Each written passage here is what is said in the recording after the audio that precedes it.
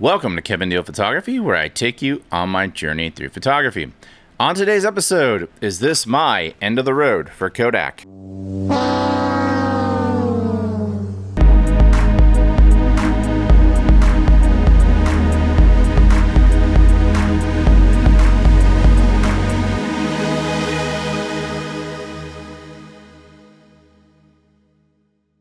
If you listen to today's episode and you like the spirited discussion I have about film, we take this much further and in much greater detail on my new F11 Photography podcast, your weekly photography podcast on all major platforms, including Apple and Spotify. Check out the link in the description below to take you directly to the episode about film prices, and I'll leave another link to the podcast in general. Welcome to today's episode.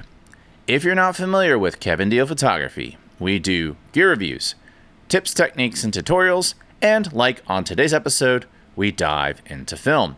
If any of that sounds appealing to you, click the subscribe button below.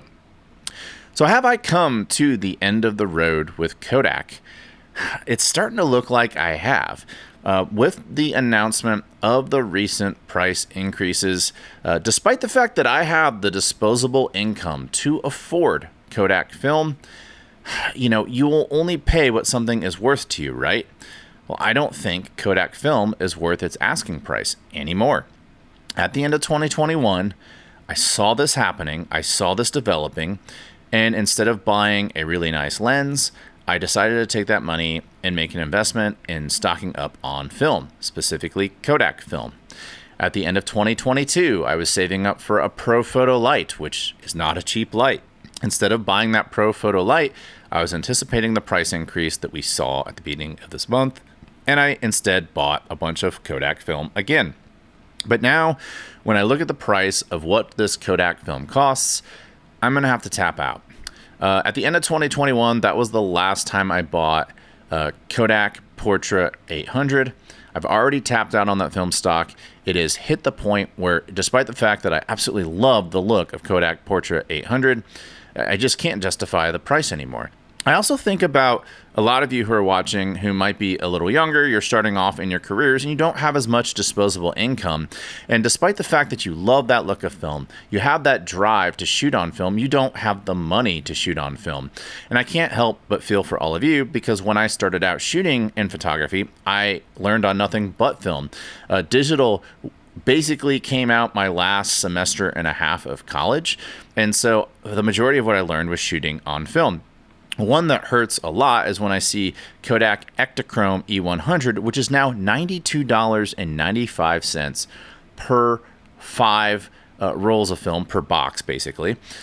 $92.95. That comes out to $18.59 per roll of film. And I should be telling you that I am talking about 120 film today, but this whole discussion we are talking about applies to 35 millimeter as well. It all went up the same percentage, right? So it's going to hit you about the same as far as how much it hurts depending on what you shoot on. But back to the Ektachrome thing, you're talking for 6x6, if you shoot like on a Hasselblad, or you shoot on a C330, something that shoots in a square. If you shoot 6x6, you're talking $1.55 every time you push a shutter release. If you shoot on a 6x7, you're a Pentax, a Mamiya RB67 user, $1.86 every time you hit the shutter release. That's just for the film. You want to process it? You're talking $3.30 per shot for 6x6 if you pay a lab to process that film, and you pay for scans. $3.95 for 6x7. So you're talking almost $4 every time you push the shutter release to shoot slide film. And that really sucks, because that does eliminate, if you want to learn how to shoot slide film, first of all, if you're not familiar with slide film, it has very little latitude. You have to really nail your exposure. And that's something that you have to learn to do. That's a skill that you need to learn. Well, do you really want to spend $4 a shot to learn how to do something? That's a lot of money. And I really do think that at that price, you're pretty much eliminating new people from learning how to shoot on slide film. So seriously, if you look at these really bad images, I took these in college over 20 years ago. I learned how to shoot on slide film. I, a broke college student who worked at a Chinese restaurant, just to play around, shot on 35mm slide film. When I was saying that, people with not a lot of money probably aren't going to ever learn on slide film, I really wasn't kidding. But I just wanted to show you that I wasn't making it up. You actually could, back in the day, just fool around and shoot on slide film, and it wasn't a big deal. But then you have the Portra 800, Portra 400, Portra 160. Like I said, I've already tapped out on Portra 800 back in 2021.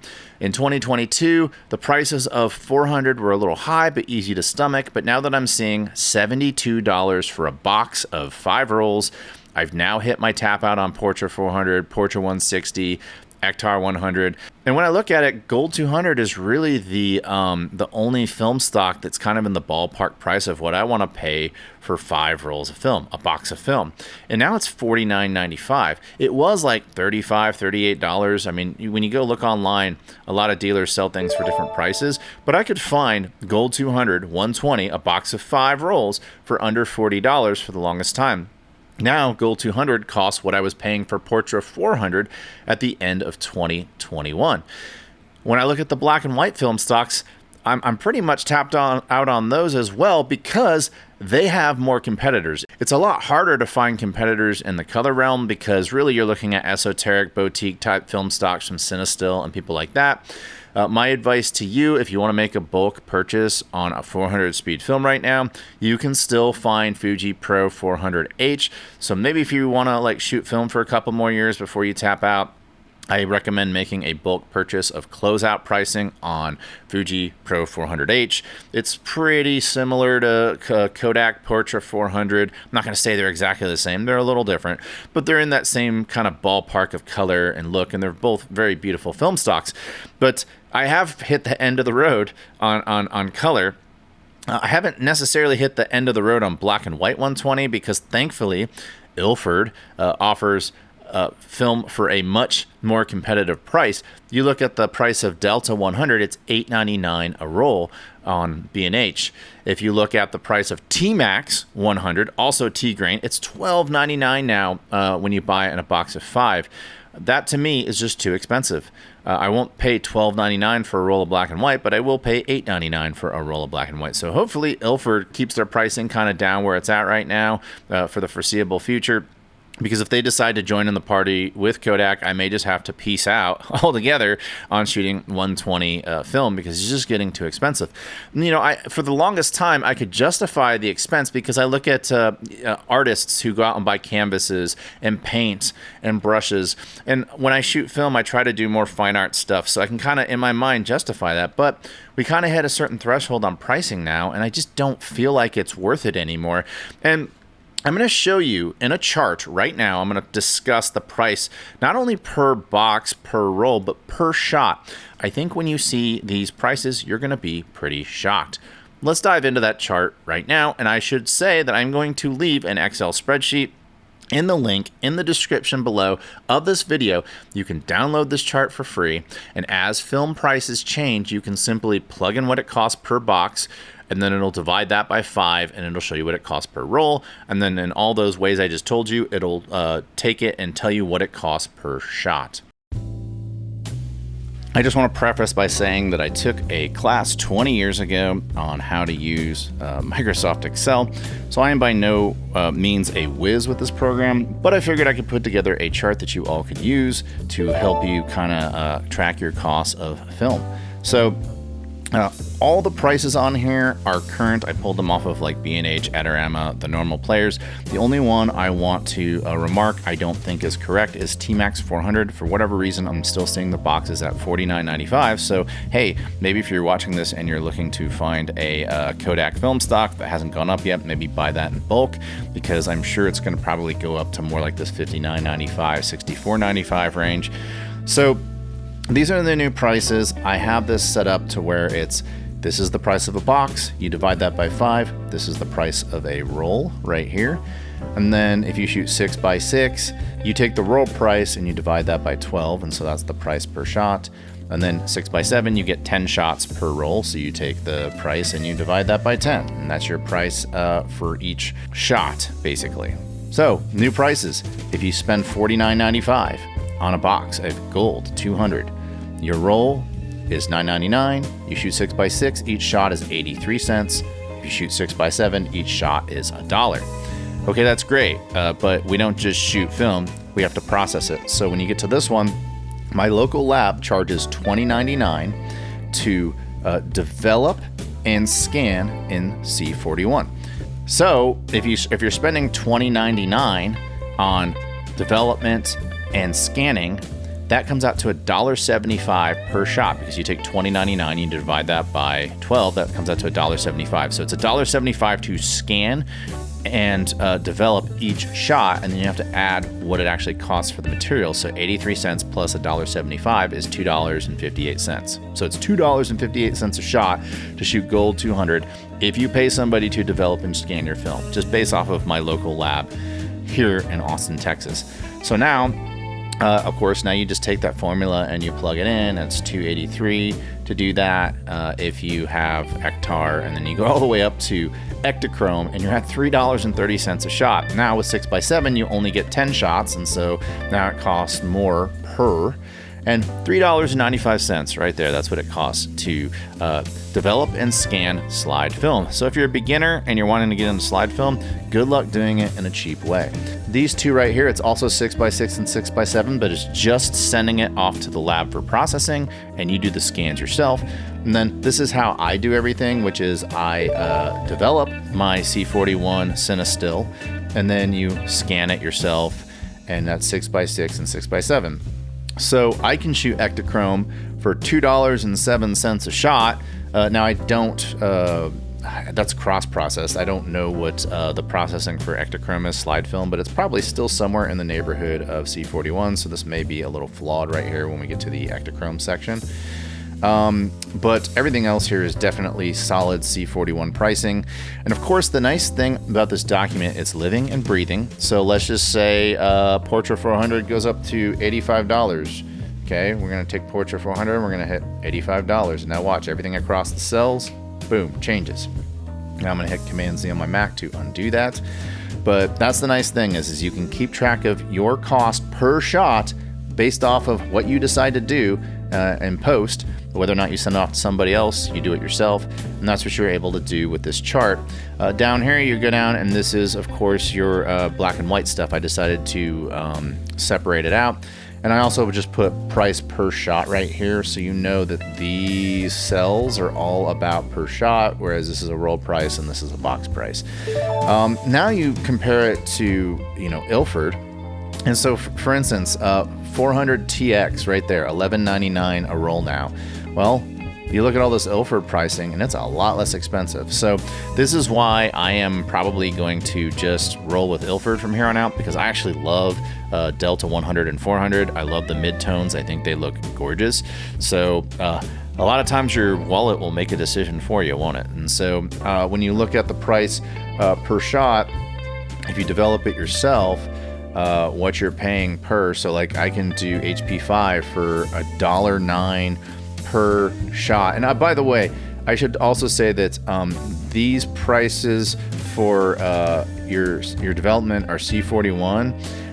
For my black and white, I personally use Ilford DDX, which gives me 10 rolls per bottle, and that's a $30 bottle, so that's what I used for my basis. If you use D76, you can probably get this pricing down a little bit, because D76 is a little cheaper, or you use Rodinol. A lot of this is developer dependent, but I'm using the basis of DDX Ilford as my developer for black and white for both the Kodak pricing and for the Ilford pricing. So you can tweak this formula if you are a whiz with Excel. You can improve upon this. I have no ego. I don't think that I am an Excel expert, but I can do very basic math formulas in Excel, which help me figure out how much I'm paying per shot. Then I should also say that if you're new to 120 film, I put NA here for box pricing because you can't buy boxes of 5 of Ilford Delta. You have to buy them by the roll, okay? So I will leave a link in the description below for this chart. You can tweak it and do whatever you want to it. I'm not going to make it read only, but use this. And if you improve upon it and you have a better working version of this, by all means, hook me up with it, because there are people who are much better at Excel than I am. And so I just kind of gave you all a starting point to kind of track your costs of film, because that's a thing now. I mean, let's just be honest. So as you saw in that chart, if you're going to shoot color Kodak film and you send your film off to a lab for both processing and scanning, you're not getting out of this for less than $2.50 per shot. If you do it yourself, you can get it down to about $1 per shot, which is pretty awesome. But you got to mix the chemicals, and you still have to buy all the equipment. You have to buy the jugs, you have to buy the funnels, you have to buy the measurement tools, you have to buy a lot of stuff. You have to make a couple $100 investment in the equipment just to get started on self-processing. So, it's not an easy solution to save that money. You have to learn how to do another skill, which I encourage you to do. That's one of the only reasons why I still shoot film, is that I do self-process. But I wanted to share that chart with all of you so you could see what it actually costs every time you push the shutter release. And I should also say that this whole chart does not take into account any shipping costs associated with it, or any costs of you getting in your car and driving to go pick up film at your local lab, or dropping your stuff off of a lab, or picking it up at a lab.